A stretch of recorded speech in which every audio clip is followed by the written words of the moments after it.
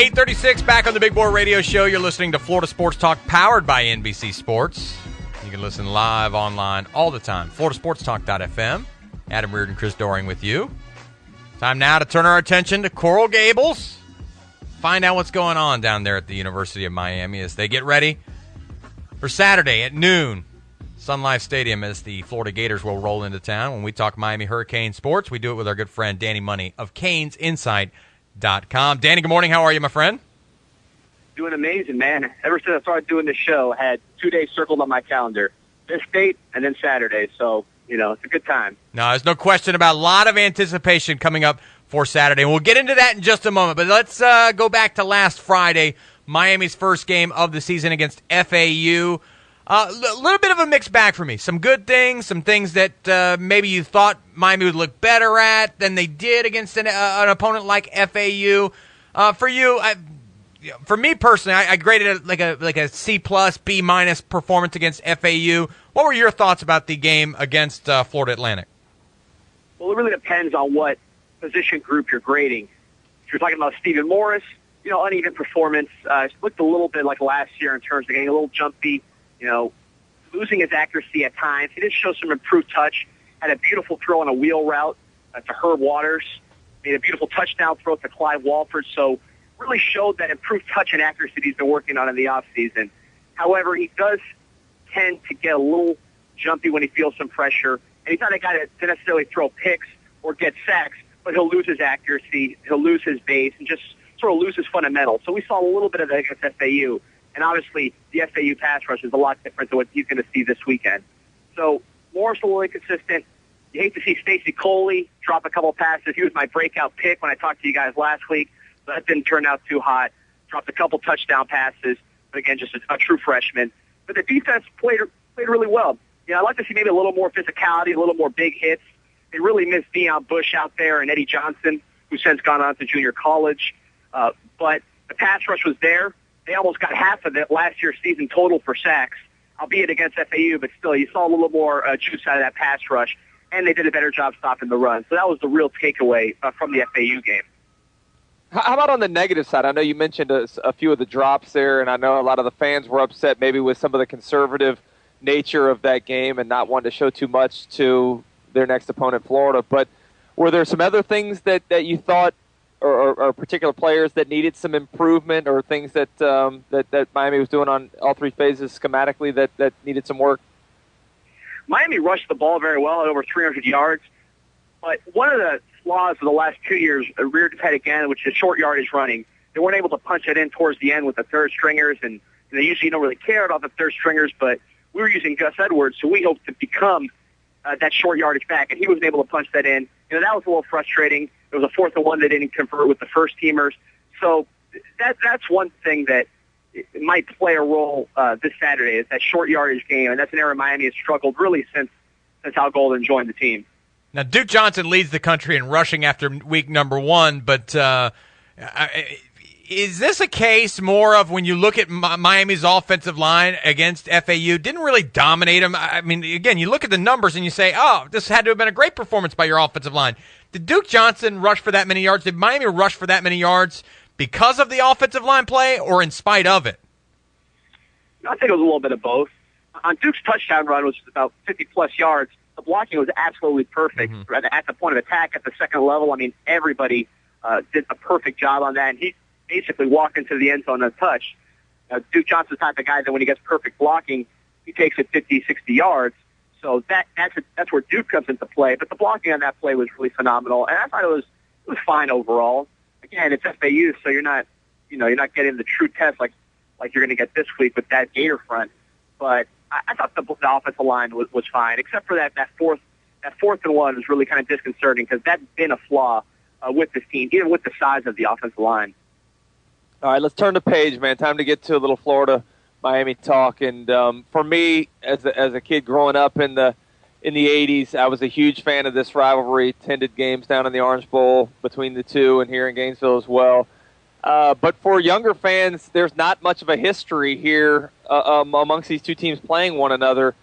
For the players, though, what kind of sense down there in Miami do you get about how important this game is due to, a lot of the familiarity with high school players and the state pride that goes along with it? How has this week of preparation been different maybe than any other week for Miami? From the player standpoint, most of them were recruited by both schools. Florida obviously recruits down here, recruits nationally, so a lot of the higher-ranked players on Miami's roster were recruited by Florida at one time, so there's a familiarity there, familiarity with some of the recruits. They played together 7-on-7, that kind of thing. But really, the reason this is such a big game, there's so much excitement, is just because it's the ultimate proving ground for this Miami Hurricanes team. You have a guy like Stephen Morris, who has never really had a signature win against a great team or a great defense like Florida, so he's being tested.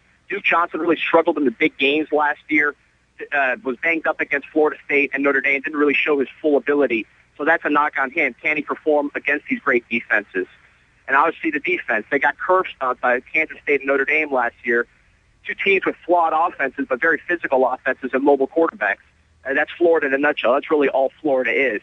So it's a perfect test to see how far the defense has come along.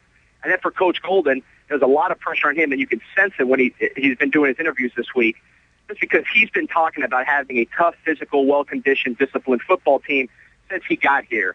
And there's no better test than noon against a team like Florida who's going to do nothing but try to run it down your throats and out-physical you. So the feeling around here is anticipation, not necessarily because of the rivalry, but just because this game shapes up to be such a test for this team.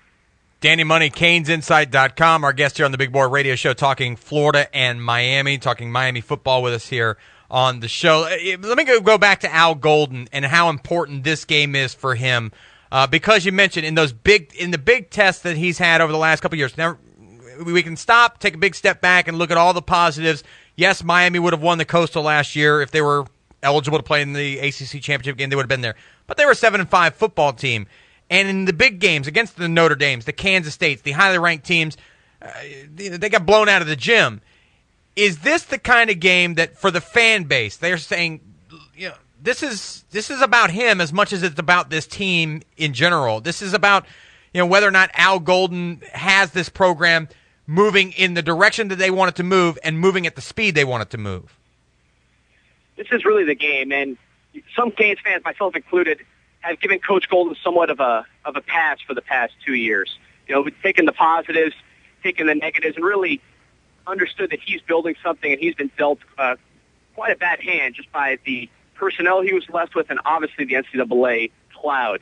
So a game like Notre Dame last year, when you rewatch that game, you see three freshman defensive tackles that aren't even playing on this year's team out there playing against Notre Dame on the road, and that's just a recipe for exactly what you saw, which was a butt-kicking and a dominant rushing performance. So this is the first time where we feel like this is a Coach Golden team. They've been through the program 3 years.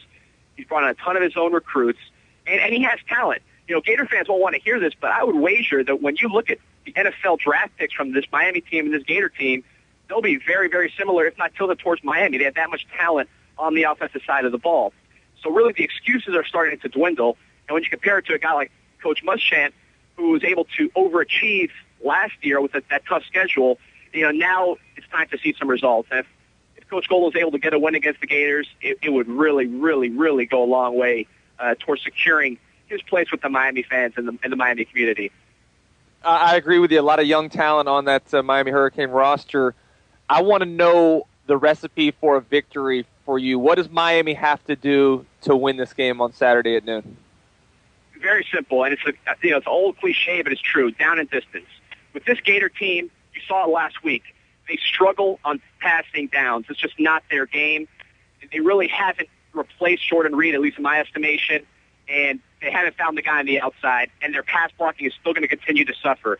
Driscoll's not a guy that likes to really scan the field and make plays with his arm like that. So you want to force them into passing downs. Now the trick is stopping the run because they're so committed to getting themselves in those favorable down and distances. And that's been Miami's flaw for at least the past year, probably the past 2 years. So that's really the test. Can Miami control down and distance? Can they stop the run? And can they be physical? My big concern is with Deion Bush a little iffy as to whether he's going to play on Saturday, who's going to set the tone physically for that Miami defense? Last year, it was Deion Bush and Eddie Johnson. When they didn't play, either from suspension or injury, Miami's defense really was just a whole different unit. You saw it in the Virginia game last year where a terrible offense in Virginia put up a ton of points and beat Miami without Deion Bush, without Eddie Johnson. So who's going to step up and set the tone? Denzel Perriman's a guy you expect to do that. Who else is going to bring that kind of physical play? Because you know the Gator defense is going to be fast and physical. Who's going to match that intensity on the Miami side? Danny, I'm sure that down on in Sports Talk Radio and obviously on the message boards, this Miami-Florida rivalry, I know on this show between Chris and I, we have a lot of fun with it, and we're excited about this game.